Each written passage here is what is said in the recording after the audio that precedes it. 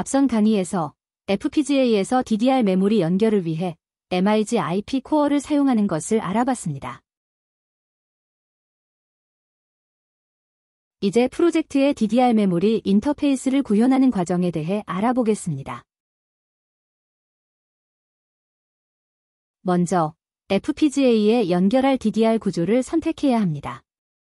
DDR 구조를 선택하기 위해서는 대역폭과 PCB 크기, FPGA가 지원하는 DDR 메모리 인터페이스 등 여러 가지를 고려해야 합니다.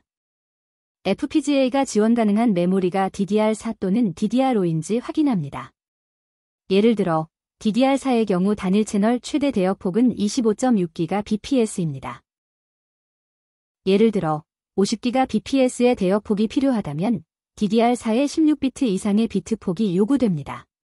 따라서 50GBps 이상을 달성하려면 8비트 컴포넌트 2개 채널을 병렬로 구성하거나 또는 16비트 1개 채널로 구성해야 합니다.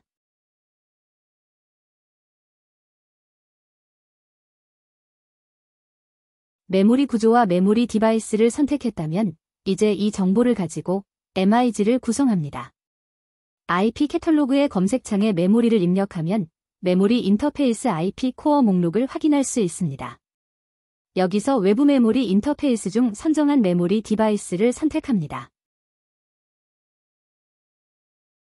이제 MIG IP 구성 화면이 나타납니다.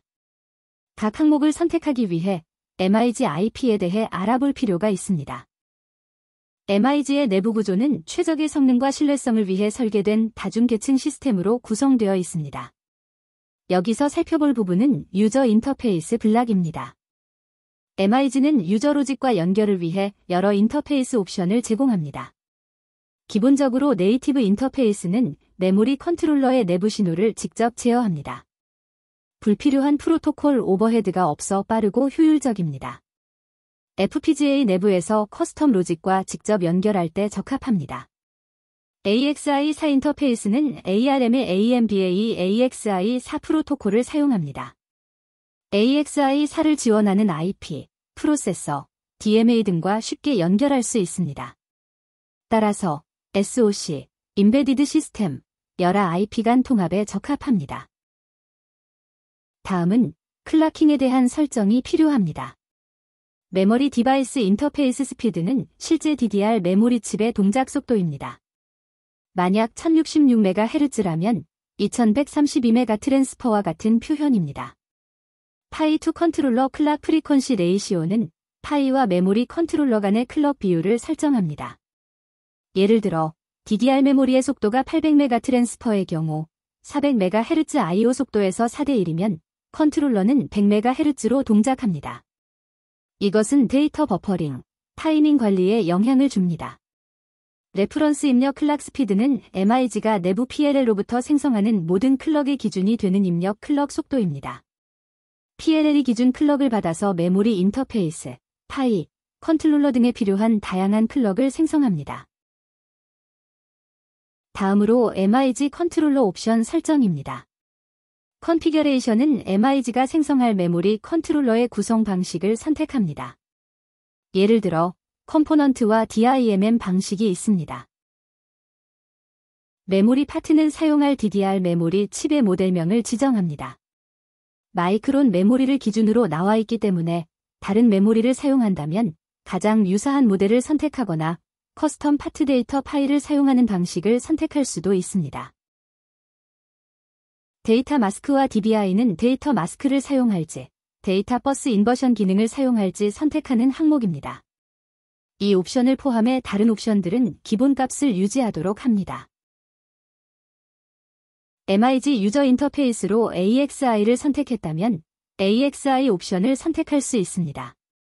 데이터 폭과 AXI 버스에서 여러 명령의 우선순위 방식을 선택할 수 있고 ID 필드와 어드레스 버스의 폭을 선택할 수 있습니다. 어드레스 위드스가 30비트인 경우 약 1GB 주소 공간 접근이 가능합니다. 메모리 맵 크기와 직접적으로 연결됩니다. AXI 네로 버스트는 AXI 데이터 버스 폭보다 작은 버스트 전송을 허용하는 옵션입니다. 일반적으로 비활성화 상태가 성능에 유리합니다. 이제 IP를 생성합니다.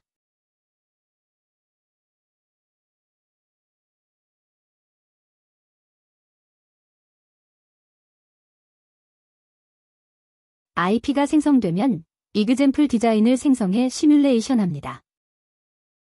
생성된 IP를 우클릭하여 이그젬플 디자인을 생성합니다.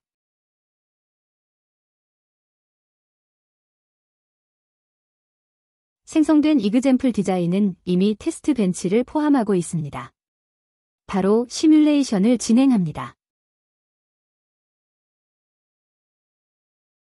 실제 보드에서 테스트하거나 시뮬레이션할 때 중요한 신호가 캘리브레이션 완료 신호입니다. 이 신호가 1로 올라가면 DDR 컨트롤러가 모든 초기화 과정을 마쳤고 타이밍 캘리브레이션이 완료되었다는 뜻입니다. 따라서 이후 메모리 인터페이스가 정상적으로 동작할 준비가 된 상태입니다.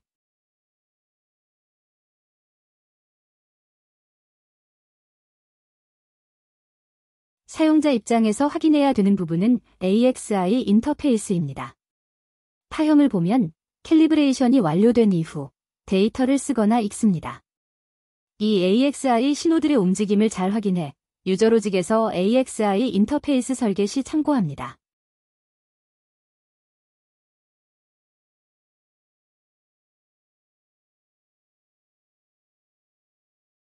이그젬플 디자인 그대로 합성 후 보드의 비트 스트림을 다운로드해 테스트해 볼 수 있습니다. 먼저 XDC 파일에 포트의 물리적 위치와 스탠다드를 지정합니다. 임플러멘테이션을 진행하고 생성된 비트 스트림을 다운로드합니다. 그 후 하드웨어 매니저의 MIG 상태가 표시됩니다. 캘리브레이션이 정상적으로 진행되고 각 캘리브레이션 상태도 확인할 수 있습니다.